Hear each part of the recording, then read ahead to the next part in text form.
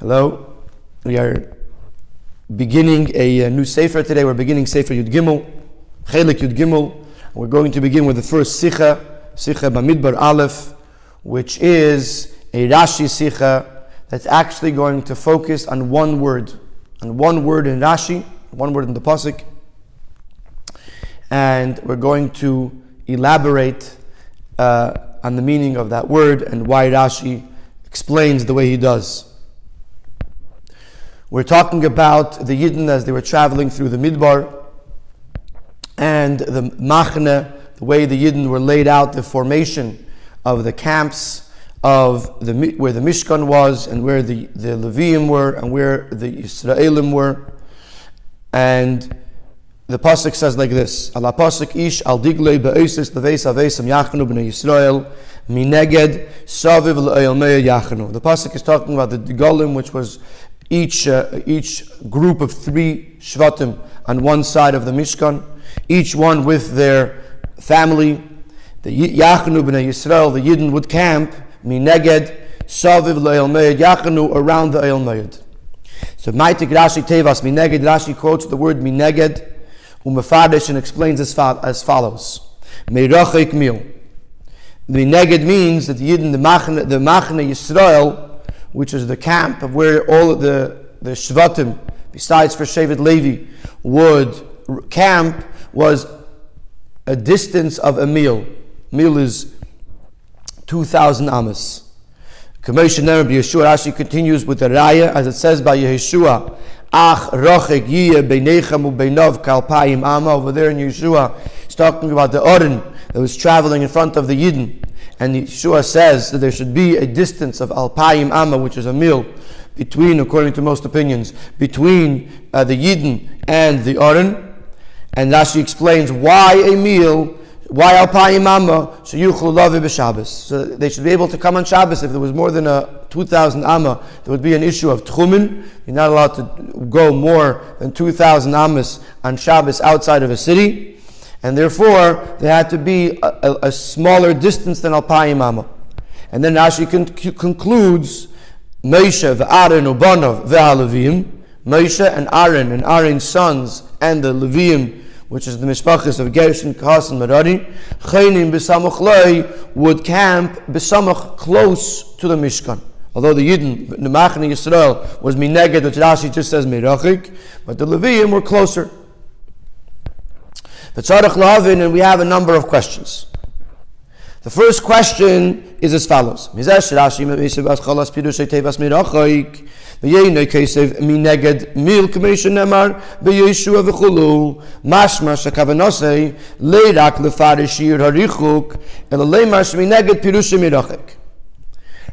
here doesn't just say that mineged was a meal, the distance was a meal, but first he says meirachik, that mineged means from a distance, and then he says the distance was a meal, implying that Rashi is not just telling us the distance, but Rashi is also translating the word mineged, that mineged means meirachik.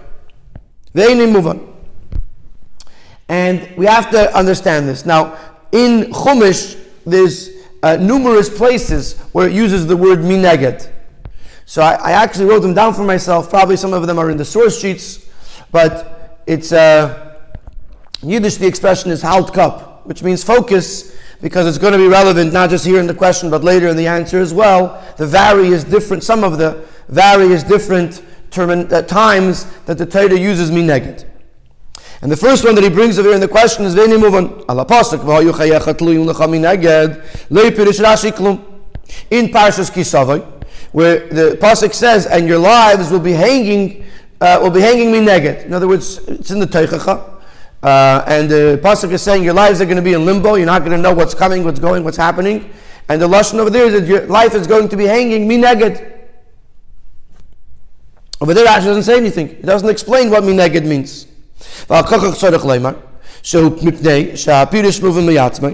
So we must say, why doesn't Rashi explain it in Kisavai? Either because it's understood by itself what mineged means, or Rashi in Kisavai is relying on the fact that mineged was already explained here. But based on this, if mineged is self-understood, or even if it's not self-understood, but one place could teach it to the other place, גם בפרשתנו אין צריך פירוש, או שיסמך על זה שפירוש על הפסוק, ותלך ותשב למנגד. Even in our parsha, either it doesn't need to be explained, or even if it does need to be explained, we could rely on an earlier explanation. And in Parshas Vayera, in the story of Hagar, when Hagar was sitting mineged from Yishmael, Rashi says mineged mirachik, that over there means she was sitting from a distance. So why does Rashi have to explain it again over here? Either we know it already from Vayera, and therefore it doesn't need to be said over here, or it's self-understood, and therefore it doesn't need to be explained over here. But from the fact that in Parshas Kisavoy, Rashi doesn't explain it there, raises the question, why does it need to be explained here? And the same question could be asked on Rashi al pasuk. This pasuk is in Parshas Ha'azinu, when the Eibush is telling Moshe Rabbeinu that you will see Eretz Yisrael mineged. Shegam sham pirush mineged mirachik. Over there also Rashi explains that Moshe Rabbeinu is going to see Eretz Yisrael from a distance. So again, we can ask the same question. Either mineged should be self-understood and not need a pirush at all, or it could rely on an earlier explanation. And we already have two earlier explanations, one in Parshas Vayera and one in Parshas Bamidbar, in our pasuk over here. And why does Rashi again have to explain it in Parshas Ha'azinu? That's question number one. Basically, is mineged something that needs to be explained? If it is, why can't we learn one from another? Base. Second question. Ma chaser bepirush Parshas Aksuvim shelachein mevai Rashi shir arichok mil shebein ha'oyel moyed lemachne Yisrael u'mei lemuchar gam lo havi atam lazeh. What is lacking in the basic understanding of the pasuk? That because of that Rashi has to explain what the distance was, that it was a mil, and to bring a reason for it. Ubifrat shebevatei lekvatei lamineged v'gemer ein mevarish ashir. In Parshas Vayera, where Rashi says explains that Hagar went to sit mirachik from a distance, he doesn't say how much of a distance. Even though the Medrash learns from a Gzeira Shava that over there also the distance that Hagar was sitting from Yishmael was a mil. Nevertheless, Rashi doesn't address it over there. Which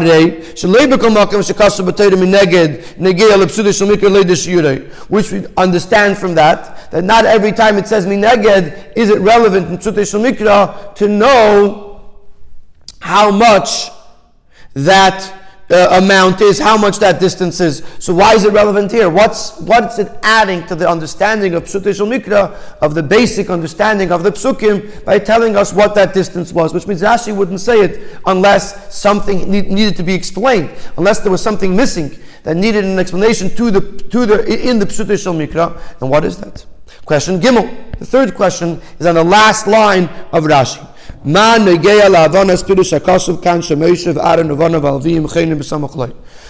the relevance of the fact that Moshe and Aaron's sons and the rest of the Leviim were camping closer to the Mishkan? L'cheira is coming to explain the word mineged. Mineged means from a distance. So the Machne Yisrael was mirachik.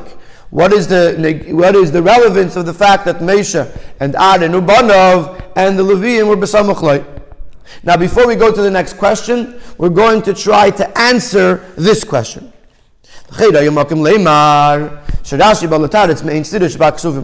by introducing the idea of where the Machane Leviah was, Rashi is trying to answer a seemingly or something that is somewhat of a contradiction in the Psukim.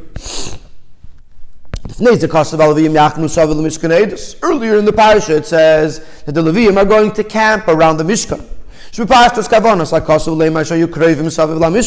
implying that they were right around the Mishkan Saviv, immediately around, which is close by. Here it says mineged saviv leil meid yachnu. Also uses the word saviv, but together with the word mineged. Shepirusha de saviv zayim meidachik, which implies that saviv is meidachik. So the chayla there's a stira on the word saviv. Earlier saviv meant closer, and here saviv means far. Rashi. Shmirachik mi lo yishar b'nei Yisrael. Mashenki meishavanu b'nei Levim chayim b'samachloi. Therefore Rashi answers that earlier he was talking about the Leviim, which the Leviim were closer. And here it's talking about the rest of the Yisrael, and therefore it says that they were further. And that's the shtickle, that's the answer of the studio that Rashi is saying, when I tell you over here the neged means b'rachaik, it doesn't mean that neged saviv over here means b'rachaik. Earlier when it said saviv, it meant closer because it was talking about the Levium. But this is not a sufficient answer for 4 reasons. Number 1, Aleph Ba'akash Shlifat is a mefurash. V'Alevim yachnu saviv l'mishkan v'gemar. Ubekaz is a mefurash yachnu b'nei Yisrael gemar ve'ein tzarech mazal tirutz. This detail that the Levim were closer, that earlier when it says saviv l'mishkan, this was referring to the Levim, and this time when it says mineged saviv, it was talking about b'nei Yisrael. That doesn't need to be said because that's already said in the pasuk. Rashi is not adding anything to what it already says in the pasuk. Ve'ein tzarech mazal tirutz. You don't need to say I'm answering something if it's already said in the pasuk. Beis. Lefiza astiri b'teva saviv. Sheliftiza pirusha saviv mamish v'kam pirusha mineged minachik saviv. Based on this, the problem is not with the word mineged. The problem is with the word saviv. That earlier saviv meant close, and here saviv means far. Rashi should have also quoted the pasuk saviv. If part of Rashi is coming to explain a stira in the word saviv, that here it means far and here it means close, then Rashi should have included the word saviv in the dibur hamaschil, in the quote from the pasuk. Gimel has stira b'pirush saviv and Rashi mitarza. The biggest problem is they didn't answer the question. In other words, he answered that we're talking about 2 different things, that the Leviim are close and the Bnei Yisrael are far, but still in both cases there was used the word saviv, and saviv in one place means far and saviv in one place means close, and Rashi didn't explain, he didn't answer the stira on the word saviv. David, al pi anal, and the 4th and final nekuda of why this cannot be the reason why Rashi brings that Moshe and Ubanov and Leviim were saviv, were closer by, is because based on this there's no connection between the first part of Rashi and this. In other words, the first part of Rashi is touching the word mineged. That means mirochik. How far? Mil. Why a mil? Because of Tchum Shabbos. Then there's another thing. It says by the Levim, it also says saviv. That is miyachnu saviv. They were closer, but it's a different discussion. It's not connected to what mineged means. According to this, this does not come in continuation to what Rashi is explaining earlier. It has nothing to do, it's not nothing, but it has little to do with the meaning of the word mineged.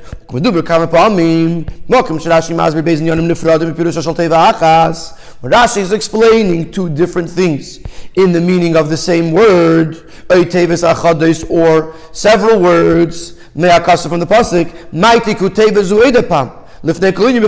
Rashi starts a new Rashi, makes a new dibur hamaschil, even if it's the same word. But if it's 2 different pirushim on the same word, then Rashi will start a new dibur hamaschil, a new Rashi, re-quote the same word from the pasuk and explain it. Rashi does not begin a new dibur hamaschil over here, but Rashi includes it in the original dibur hamaschil, which implies that this vart about Moshe v'Aaron u'banav Alevim is coming in direct hemshich, and direct continuation to the beginning of Rashi mineged, and this is why we go back to the original question: what is the relevance of this? Especially, what is the relevance of this behemshich in continuation to the first part of Rashi of mineged, meaning merachik mil.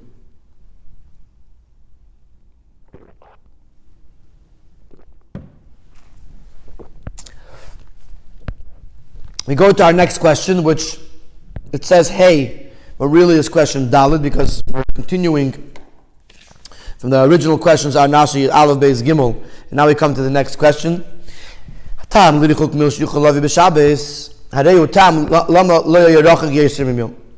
Rashi says the reason why it was a meal is because they couldn't come, they wouldn't be able to come on Shabbos if it was more than a meal.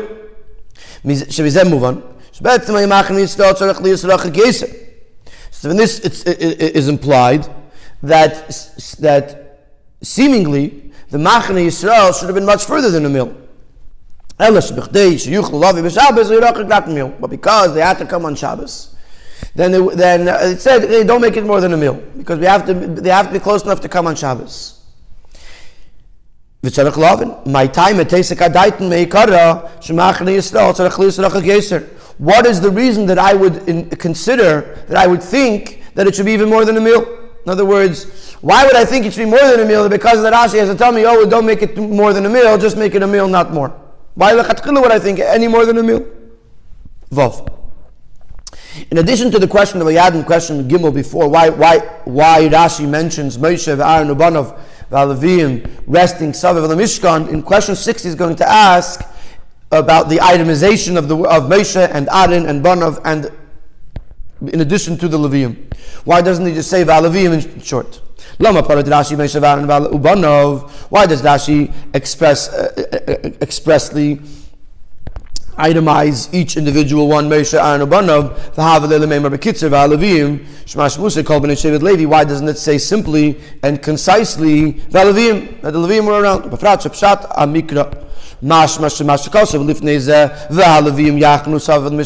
Especially since earlier when the pasuk says the words that the Levim would camp around the Mishkan Eidos. The pshat is koi gam al Moshe v'Aaron u'banav. This includes also Moshe v'Aaron u'banav. Sharei gam ein b'chlal ma shenemar saviv l'Mishkan Eidos v'gemer.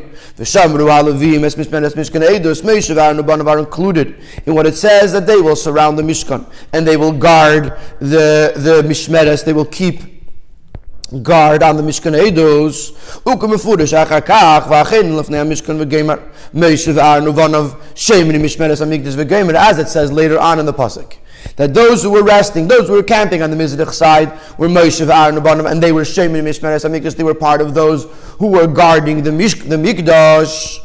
Which means that when it says earlier the words V'shamru ha'levim es Mishmeres Mishkan Eidos, it includes Moshe v'Aaron u'banav, not just the other three, not just the families of Gershon, Kasam, Merari. So when it says V'alevim yachnu savel Mishkan Eidos, it includes Moshe v'Aaron u'banav. Ela shalei nifred adai mekayim b'miyuchad. It's just that it wasn't yet explained where they will be. And later, when it goes into the details, it says, that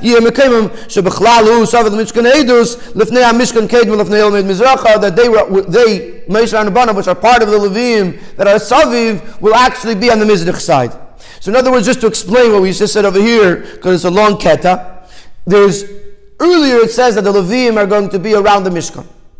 And then it talks about where everyone's going to be, and in just a little bit it explains that Moshe v'Aaron u'banav are on the Mizrach side. Gershon, Kasam, Merari were on the other three sides, and Moshe v'Aaron u'banav are on the Mizrach side of Machane Leviyah, where the Levim were camping. So the fact that it already says v'halevim Yachnu Saviv, he's explaining over here, it includes Moshe v'Aaron u'banav, even though it didn't tell us yet exactly where Moshe v'Aaron u'banav are going to be. But in general, they're going to be Saviv Leil Meir, just like the rest of Shevet Levi. So it already says the word V'alevim Yachnu Saviv, including Moshe v'Aaron u'banav. V'im Kain, Gam Rashi Avdel Lemim V'alevim. Rashi also could have just used the word V'alevim, and he would be referencing that which the pasuk earlier said V'alevim Yachnu, which included, and therefore would include here, Moshe v'Aaron u'banav. So why does Rashi have to mention them each one expressly, Moshe v'Aaron u'banav, and then V'alevim? So that's our questions on Rashi. Number one, why does Rashi have to touch the word neged?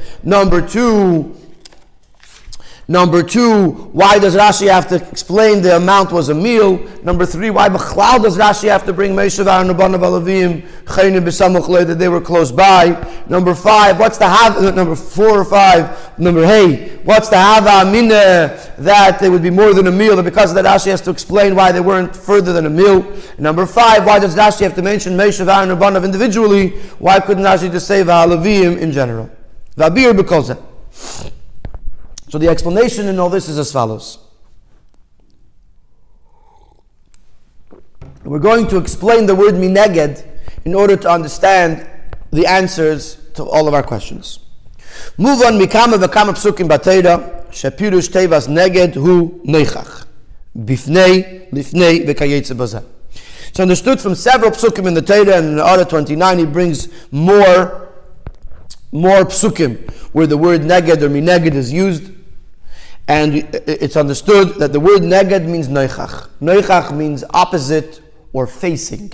Bifnei, lifnei, in front of, facing. The word neged means opposite, one against the one opposite the other, one facing the other. Mizem muvan. Gam kishakasov kin neged, mi neged v'kayetze pozeh. Hapirush hu al derech zeh. So therefore, even if it says kin neged or mi neged, it means the same thing. Because it's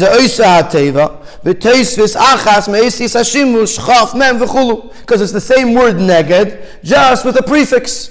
Either a beis for either a chaf for kin neged or a mem for mi neged, but you can't change the meaning of the word because it has the word neged inside. So the main meaning of the word neged, even if it has a mi neged or a kin neged together with it, it means opposite or facing or in front of. And even though there are other times we find different meanings to the word, doesn't mean that we're changing the meaning of the word.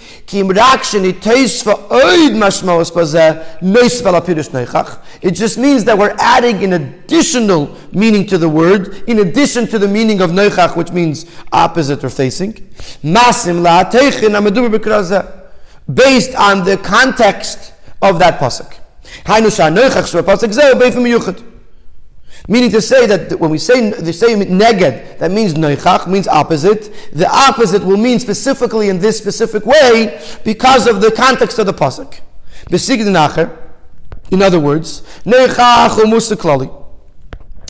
is a general idea, a general concept, and within that, rachic, saviv, it could mean far, it could mean around, it could mean on one side. But in all of them, it means opposite or facing. And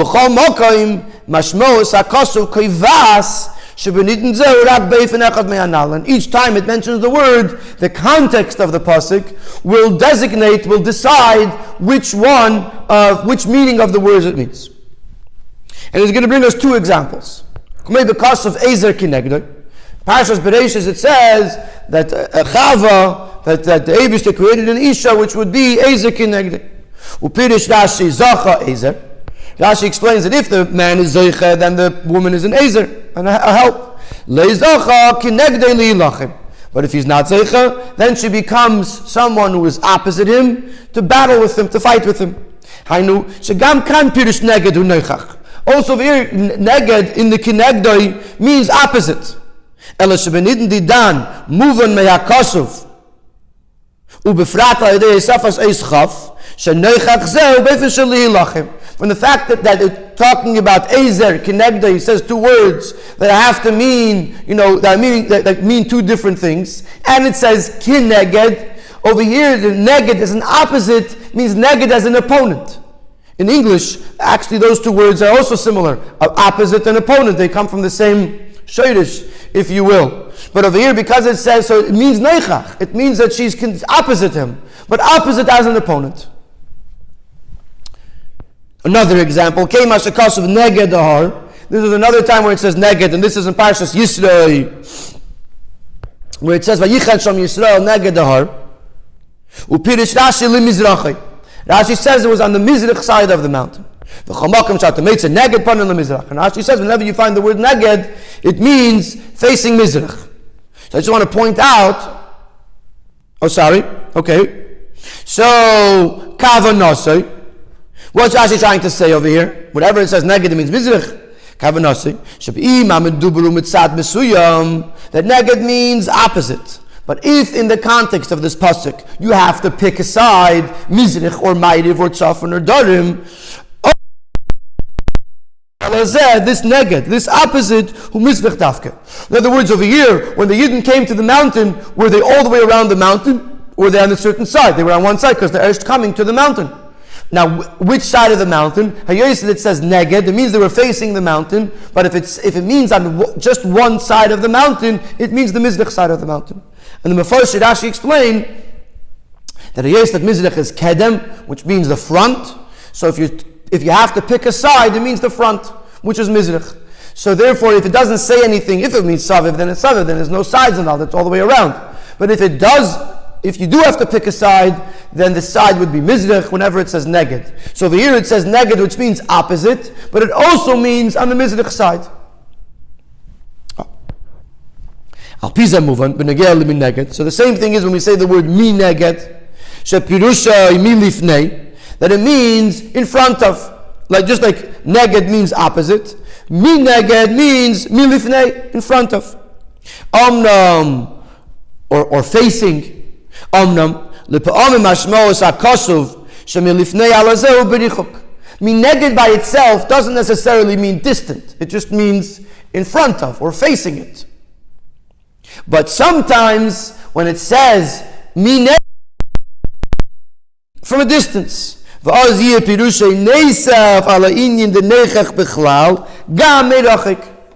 then it would get, like we're saying until now, it would mean that neged means opposite or facing, and it would also mean that this facing is facing from a distance.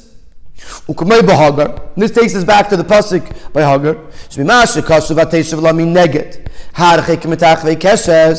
This pasuk says mi neged, muchach, from the context of the pasuk, it implies that this pasuk means that she was sitting far. Because then it explains what the pasuk, because then the pasuk, the continuation of the pasuk is understood. Biur, the kamarachik, and how far. She sat down far away. How far? The distance of the throw of two bows, two arrows. And then at the end of the pasuk it says "Vateshev mi neged" again, and Rashi says in the because now that I know that mi neged means far, so when it says "Vateshev mi neged" the second time, it means she went even further. So again, mi neged means opposite or in front of. Sometimes, like for example in the case of Hagar, the context of the pasuk tells me that in addition to meaning opposite or in front of, it also means from a distance. And therefore we could apply the same thing over here in our parsha. Pirush tevas mi neged hu lifnei ki b'chol ha'makayimos. Mi neged over here means in front of, like in all the other places of neged. If he would just say that there was in front of the Mishkan, then this pasuk, then this word mi neged would be totally superfluous. Because the pasuk right away says that they were around, they were surrounding the Oyel Moed. Hainu lifnei Oyel Moed. Lifnei means they were in front of the Oyel Moed from all four sides. So the fact that the pasuk says mi neged, now Rashi has to explain it. What does mi neged mean? Therefore Rashi is compelled to tell us that mi lifnei means mirachik, from a distance, because otherwise there would be no other reason for the pasuk to have used the word mi neged. Move on. And therefore this is understood why Rashi has to explain it. Even though it was already explained earlier in the case of Hagar. Because mirachik is not the translation of the word. Elokim shebemakim shehu muchrich me'akasuv tzarich liyes or tzarich leimar sheyesh b'mi neged zeh prat neisav zeh u'b'chol makim b'fnei atzmai sheyesh prat neisav Rashi mefarshei. If mi neged would mean literally from a distance, then once Rashi explained it once, he wouldn't have to explain it again. But mi neged does not mean mirachik. Mirachik is only an extra detail in mi neged, and therefore only when it applies does it have to mean mirachik, and therefore Rashi has to explain it every time. Because each time I don't know by myself necessarily if this mi neged means mirachik.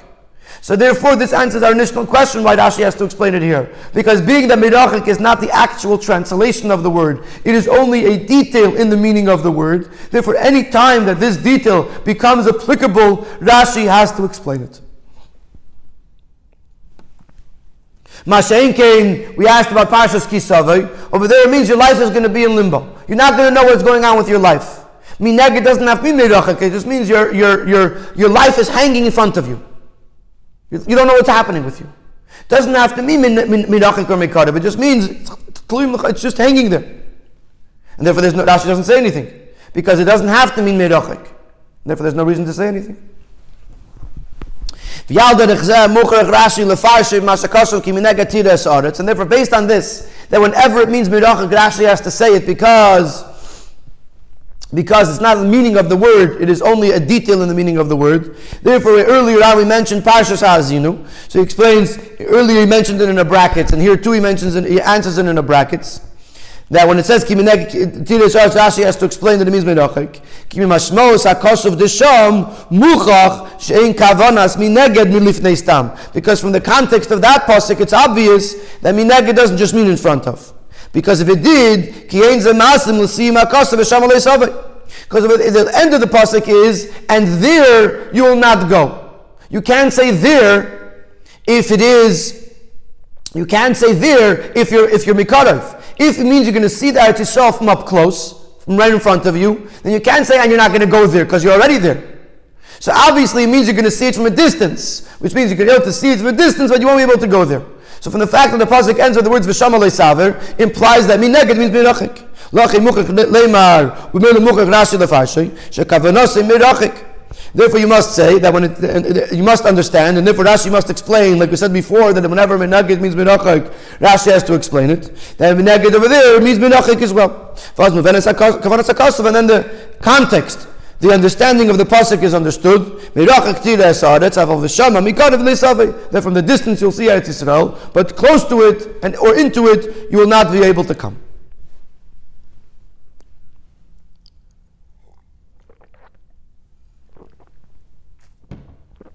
So this answers the first word of Rashi. First word of Rashi was Merachik. We wanted to know why Rashi has to explain it, and now we explained that mineged in general means noichach, it means opposite or in front of or facing, and then there could be additional meanings within that. And therefore Rashi is telling us over here the reason why the pasuk added the word mineged is to tell me that they weren't just in front of the Mishkan or facing the Mishkan around it, but they were also from a distance. Omnam, Eis Gimel. It still did not sufficiently explain the word mineged. Even if you're going to tell me that the word mineged means from a distance, it's still extra, it's still superfluous. It's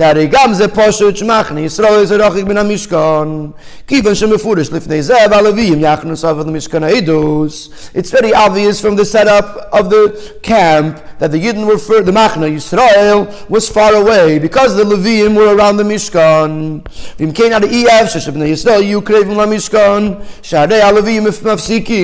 Machna Levia was surrounding the Machna Kahuna or the Machna of the Mishkan. The Mishkan was in the middle. The Leviim were around it, and around that came the Machna Yisrael. So there was already a distance between the Yidden and the Mishkan. So they were already from a distance. So why does the pasuk have to say mineged, which means merachik, if it's obvious from the layout of the machnos? And since the pasuk says mineged, therefore we are compelled to say that the pasuk is trying to tell me that they have to go very far. Even further than they would have been anyway because of the machna of the Leviim. So the pasuk is telling me mineged, they should be very far, not just far away a little bit, because there's Leviim between them, but they should be very far. Why? And the reason is obvious.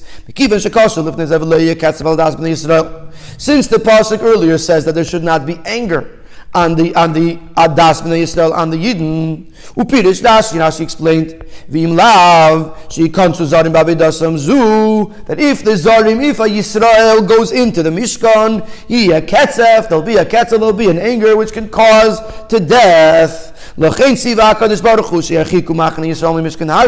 Eibusher commanded that they should distance the Mishkan, the Yidden from the Mishkan.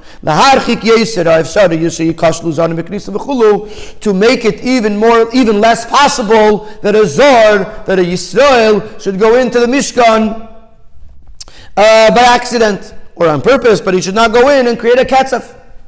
So therefore, when the Torah says mi neged, Torah is telling us to go far, not just stam far, but very far, to make it as not possible, to make it less possible for a Yid, a Yisrael, to go into the Mishkan. Lachein Pirush Rashi. So therefore, I would think, one of our questions was, why would I think to make it further? This is why I would think to make it very far. Because from the fact that it says mi neged, obviously is telling me that I should go very, very far. And it makes sense I should go very far. So as not to bring a Yid to be nichshal, chas v'shalom, in going into the Mishkan. Lachem Pirush Rashi, she'aricha kaya mil. Therefore Rashi explains to us that the distance was a mil. Shebazeh madgish beis inyanim. Rashi is bringing 2 points. Aleph shekavanas akashu b'ksivas min neged isha yurechaykim yesem yemechak mitzat chaniyas elavim. Number one, that when it says mi neged, it means to go further from a greater distance, even the distance that was created by the camp of the Levim. The Shevet Levi was just on 3 sides. Also, it was a very small population, and it didn't take up a great space. And a distance of a mil is much more, not much, but more than the distance that would have been created because of Machane Leviyah. But there's another thing that Rashi is telling us when it says a mil. Number one, he's telling me that the pasuk is telling us to be further than Machane Leviyah. But in addition to that, he's also saying days, but don't go more than a mil. Umefarish Rashi shemekayre she'aricha kaya rak mil umizeh shebiyeshua kosuv achrachik yiyeh b'nechem u'beinav kalpayim mama. Rashi explains what's his makar. How does he know to not be more than a mil? Because it says by Yeshua to not go more than 2,000 nama, and 2,000 nama is a mil. Ach lecheda mayraya shebamidbar yerechaykim mil m'mashe b'Yeshua yakein. What's the connection? Why is there any proof from the fact that by Yeshua he's not talking about the machnas? He's talking about the travel. The Aron was traveling in the front, and the Yidden were traveling behind the Aron, and he says there should be a arichuk of a payimama. So how do we learn from that to the machne, to the way the formation of the machnas was? So Rashi explains. The whole reason why Yeshua told them to do a meal was in order that they should be able to approach the Mishkan on Shabbos. This reason is applicable, fully applicable also in the Midbar. So it's understood that also in the Midbar there was a richuk of a meal. So that explains the rest of Rashi, why Rashi brings the raya from Yeshua, and why Rashi explains the reason of the Isra of Tchumen. So we now answered more of our question. We answered why Rashi has to explain. We answered what's the hava minute to go more than a meal, because I want to say, first of all, because the pasuk has mineged. Mineged means berochek. It has to mean something beyond the distance of the Machane Leviyah. And number two, there's a logic for it, that you want to keep the Yidden away from the Mishkan. And we also answered the question why Rashi has to explain to us the distance of a meal, because he's trying to tell us 2 things. Number one, he's trying to tell us that it has to be further than Machane Leviyah. Number two, it shouldn't be too far. It shouldn't be further than a meal. And with this, we've basically explained the entire Rashi, besides for the last line, Moshe v'Aaron Rabbanim v'Alavim chaynim b'samachlim. So now we have to get to that, but first, we're going to introduce another question.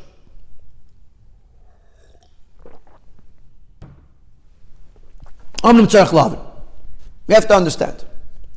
Why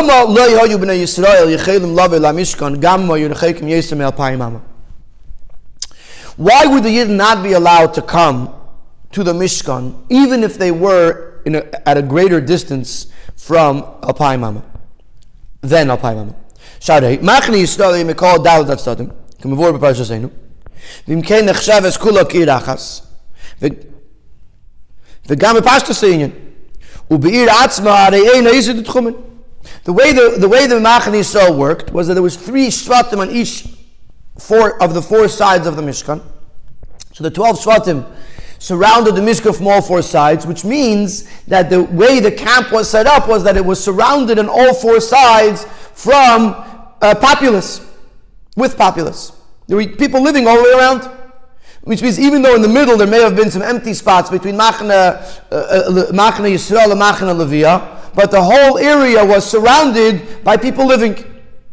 Now in the Gemara in Eruvin, it says that if you have in one city, if everyone is in the same city, I mean, first of all, Halacha, it's like that in one city there's no such thing as Tchumen. But even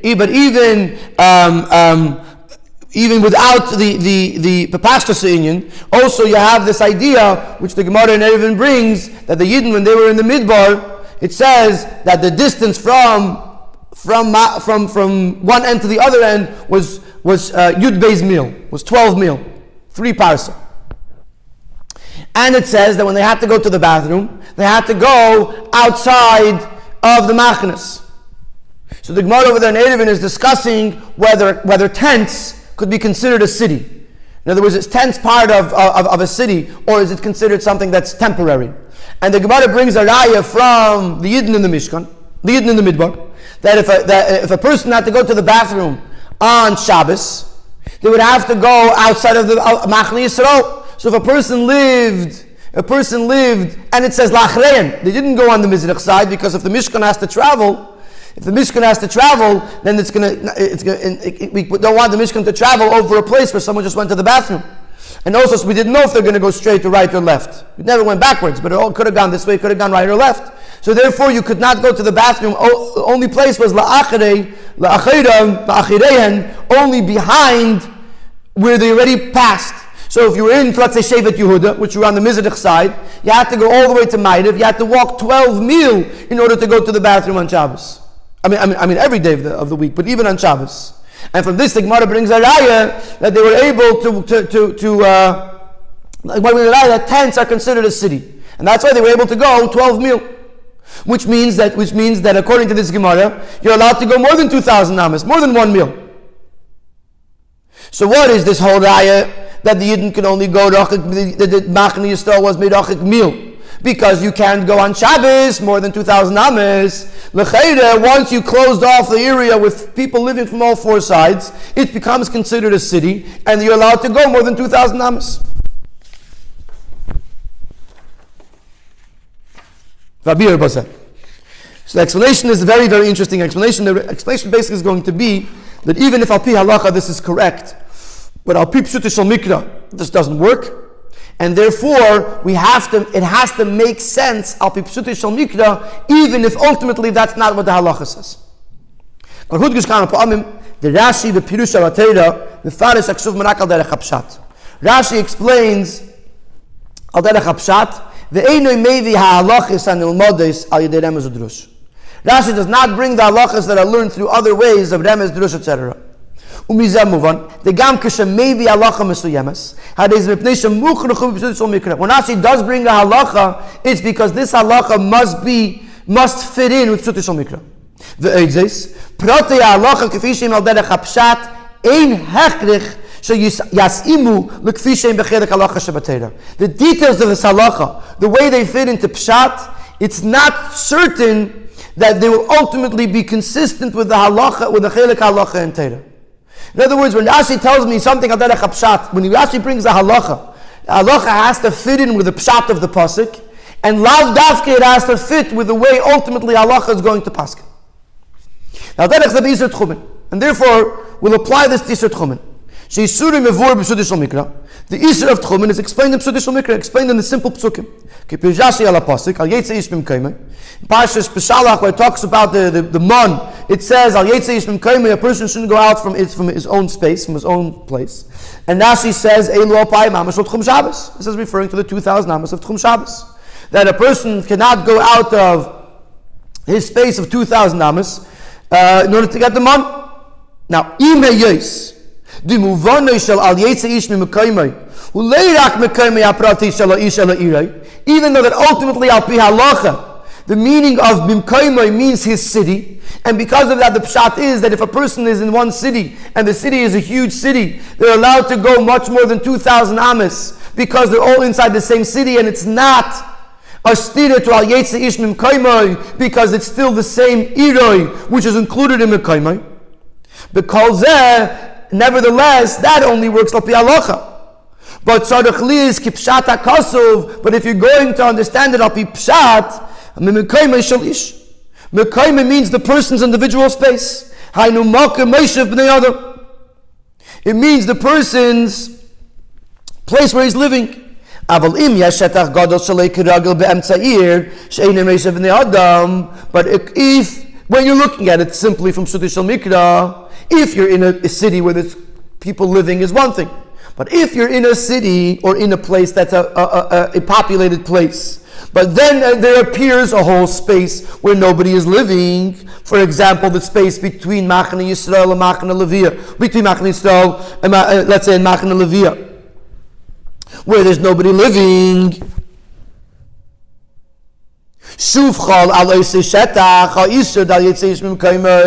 then again this would create an isser of don't go out of your space, because all of a sudden it's nobody's space, it's no man's land. And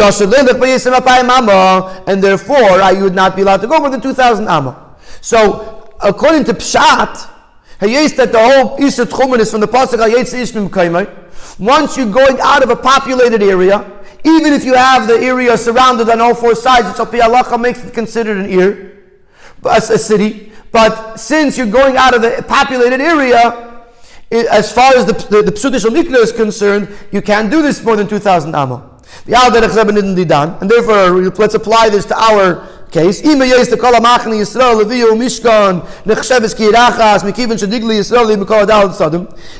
whole machane, all three machanes, are all considered a city because the golem, which is the camping of the, which is the degel represents the group of three shvatim on each side, surrounded the Yidden from all four sides. Because if there was more than 2,000 amas between the Machane Yisrael where the Yidden were encamped, Mishkan to the Mishkan, according to Pshuti Shal Mikra, it would have been Asr, loving Machane Yisrael to the Mishkan, to go from the Machane Yisrael to the Mishkan. And therefore, even though Al Pi Halacha,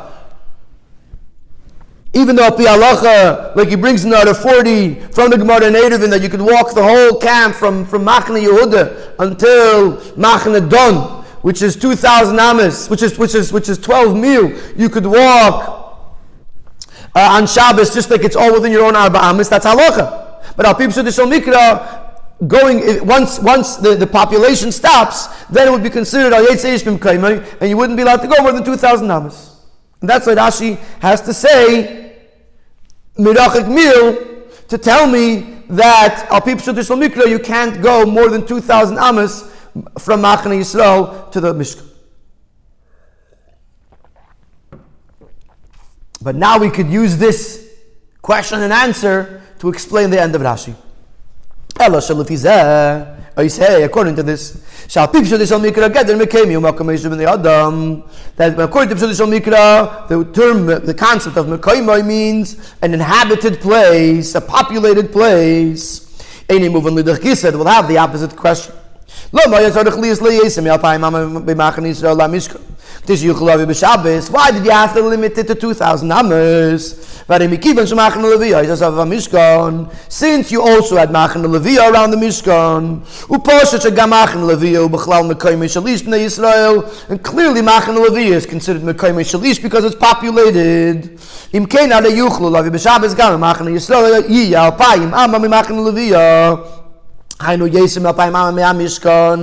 Even if Machane Levia was within 2,000 amas from Machane Yisrael, it would be considered part of the Meishav. And then Machane Levia is at a distance from the Mishkan. So you really have you could have had more than 2,000 amas, and it would have still been included in Makav Meishav Bnei Adam. Based on what we said earlier, that we want to make the Machane Yisrael as far as possible. So why does Rashi limit us to a meal? Rashi could have said more than a meal, and it would have been possible to do it because you have the Machane Levia in the middle that is considered Makom Meishav Bnei Adam, and therefore extends the amount of space that a person can go to get to the Mishkan. And because of this question, this brings it around, and this explains why Rashi ends with the words Moshe v'Aaron ubanav v'Levim chenim b'samach lei that Moshe v'Aaron and Levim were also nearby. Not just the whole Shevet, the general Shevet of Shevet Levi were camping near the Mishkan, but also Moshe v'Aaron ubanav. Ubahem arim mefudesh take for the kamon sheim v'rakeim chanu mitzad hamizrach shel Mishkan. And in just a little bit, the Torah is going to tell us that the Moshe v'Aaron ubanav were on the Mizrach side of the Mishkan. V'chol shar Levim chanu b'shar gimulat stadim, but the rest of the Shevet Levi were on the other three sides. V'imkein arim mitzad hamizrach. And therefore, a machne on the Mizrach side, because there were so few people, you couldn't go much more than Alpayim Amma. Levad mipurta, maybe a drop more than Alpayim Amma, but not much more of the Alpayim Amma. Shetafsu ali Moshe v'Aaron ubanav. There was a little bit of machne Leviyah on the Mizrach side, the tent of Moshe, of Aaron, and Aaron's sons. But that's a drop of space. And therefore, on the Mizrach side, you couldn't go more than Alpayim Amma and maybe just a little bit more. Because there wasn't a major population there was just Moshe v'Aaron ubanav. And since on Mizrach you had to have not more than Alpayim Amma, because there was really hardly anybody living there, so they didn't make any differences. And therefore, they did the same thing all the way around. In other words, it's true that technically speaking, on the Ma'ariv side, there could have been more than Alpayim Amma, and it wouldn't be a problem, because there was the Lebach and the Leviyah in the middle, and that would have extended the Makom Moshe B'nai Adam. But on the Mizrach side, where there were so few people living, that would not be enough really to extend the Makom Moshe too much, and therefore the most you could have is basically Alpayim Amma. And that's why, instead of making each side different, they made all the sides the same to be consistent with the Mizrach side, and he said Alpayim Amma from all sides. This answers two questions. Number one, it answers B'chlal why Rashi brings it in, because Rashi is trying to explain to me why it has to be Merachik Mil. Now, Merachik Mil he said because it has to come b'Shabbos. You're going to ask me, you really have more space than the Mil? He says, no, Moshe v'Aaron on the Mizrach side are very few people, and therefore you can't go more than Alpayim Amma. It also answers the last question of why Rashi has to itemize Moshe v'Aaron ubanav, and it doesn't just say v'Halavim, because Rashi is focusing specifically on the Mizrach side. That on the Mizrach side, unlike the rest of the sides, where there was a lot of Levim, on the Mizrach side there was only Moshe v'Aaron ubanav. That answers why we have to have Alpayim Amma. And with this, we've basically explained the Rashi. We started explaining neged Merachik. That neged means Merachik, and Rashi has to explain it here because not every time does neged mean Merachik. So each time that it does, Rashi has to explain it. Then it tells me that I would think it would be much further than because I would think it would be much further than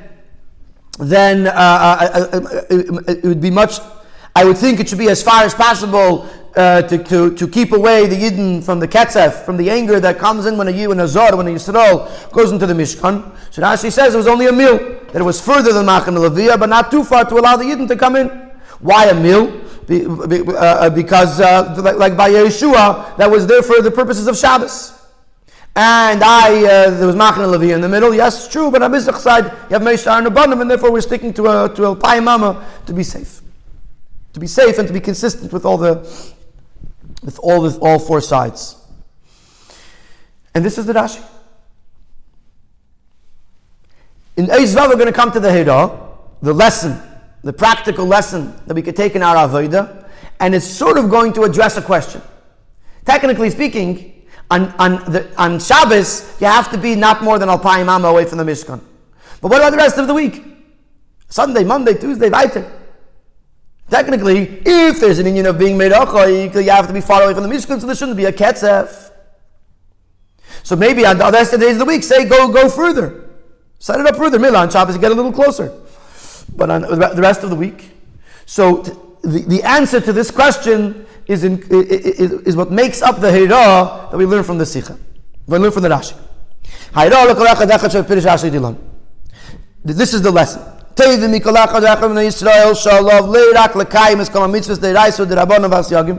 is demanded from every Yid to not just fulfill the mitzvahs deiraisa and the mitzvahs derabbanan and the syagim, the buffers that Chachamim established to bring us closer to making sure we do the mitzvahs properly. That all of our maisim should be l'shem shamayim, and more so b'chol derech echadeyu. In other words, kol masech l'shem shamayim means that even our gashmistik maisim should have the proper kavanah that is l'shem shamayim. B'chol derech echadeyu is pshat that our maisim alone should be, our drachim should become imbued with Yidiyas Hashem, with holiness. In other words, not just it should be, I'm eating a lunch, but I'm having a kavanah l'shem shamayim. That's kol masecha l'shem shamayim. Chol derech echadeyu is that my eating itself becomes a holy eating. Eating on Shabbos or such like that. So it's two levels in harnessing the gashmias for ruchnias. Kol masecha l'shem shamayim is one level. Chol derech echadeyu is a higher level that I actually transform my drachim into something that's holy. Either way, the idea is that I'm not just doing the mitzvahs, but I'm also involving the gashmias olam into my avodah. Hainu shegam kol yon yereshus she'esa b'chol zman yuchadurim b'vedis Hashem. That everything that he does, even the permissible things that he does, during all the times, not just when he's doing a mitzvah, yuchadurim, ba'avedis Hashem. They should be imbued with avedis Hashem. Some people complain, they claim it's very difficult. On Shabbos and Yom Tov, when I'm on a higher level, I'm more spiritual, I'm more holy, I feel more holy. And also during the weeks when I'm learning, when I'm davening, which is like similar to Shabbos and Yom Tov of the week. When then I am removed from Gashmish Dikinyanim, basically with Hashem, I could be totally filled, totally covered in Avas Hashem and involved in serving Hashem. How can you, when I'm davening, when I'm learning, you want me to be totally connected and in love with Hashem? Ratzuf means coated. An entire person covered with love of Hashem, fine, good. I can understand that. But stam, when I'm going to work, when I'm in the middle of my avodas reshus, even there you're expecting me to be filled with b'chol derech echadeyu, b'chol masech l'shem shamayim. I mean, it's too much. And this is a remez. The answer to this is being hinted to us in Rashi. Why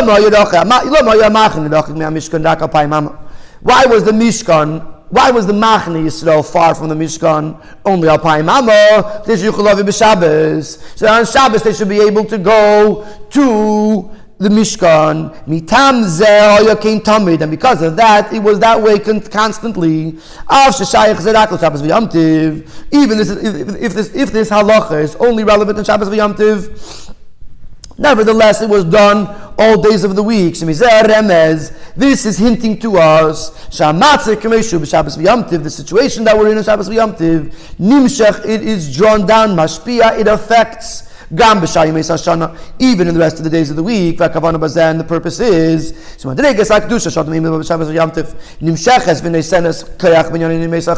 the matziv, the level of kedusha that a person is in on Shabbos v'Yom Tiv, can be brought down and can give koyach also to the days of the week. In other words, if your taina is that you're not shaykh to it the whole year, then this Rashi won't help you. But if your taina is that I could do this in Shabbos and Yom Tov, but I can't do it the rest of the week, says Rashi, no. Shabbos and Yom Tov affects the rest of the week. Even the positioning of the Mishkan, of the Machne Yisrael, was positioned in a certain space, a whole week, based on how it's supposed to be on Shabbos. Kamoikein, in your life, also the matzav that you could, the state, the madrega that you could reach on Shabbos, can affect that you could be able to reach it the rest of the week as well. And now they adds one more nakuda. In all of the Torah, why is this Rashi, the Rashi that he chooses to bring this remes? Uba remes b'pirush Rashi b'kesher l'shir asmichos v'akirus machal Yisrael la'mishkan. He chooses to bring this remes, the effect that Shabbos has in the rest of the week, in the discussion of the distance or the closeness, the proximity of Machne Yisrael la'mishkan. Ki ha-mishkan shu makim muchan liyes makrivim bei ha-karbanos. The Mishkan is a place where it's a place made for the karbanos. If you remember from Tzich of Truma, this is the machlekes of Rambam and Ramban. If the ikir is karbanos or shashras hashchina, so the Rebbe mentions both. Harei ureim is levidas Hashem. So the Mishkan represents levidas Hashem. They call mitzvah v'davar tov v'kedusha miskarev u'misachid adam Hashem. Every mitzvah that a person does, every davar tov, every davar shebekdusha that a person does, person becomes closer and unified with Hashem. Umeram is Rashi. So yes, that we're talking about bringing Yidden closer to Hashem. So Rashi says she'efen akidu v'chulu sheyesh li la'adam machni Yisrael la'kadosh baruch hu ha'mishkan b'yom ha'shabbos. That the connection that a Yid has with Hashem, which is being learned from the machni Yisrael on the Mishkan on Shabbos, oisay akidu nimshakam b'meisachel. This kiruv is also possible, also brought down into the days of the week. Shetamid that constantly a whole week, even the Mesachel, even when the person is involved in Yoni Rishus, he should be Karev Hashem, he can become closer and closer to Hashem. So not only is Rashi being Meramis, not only is the Hira telling us that Shabbos has to affect the rest of the week, but Rashi chooses to tell it to us in a discussion about the proximity of a Yid and the Mishkan, to say that also in our own Aveda, as we get closer to the Eibishter, through doing mitzvahs and dvarim shebekdusha, even during the week, even when we're involved in Yonah Rishus, we can take the energy from Shabbos and the Hamshacha from Shabbos, and during the rest of the week we can become closer and closer to Hashem.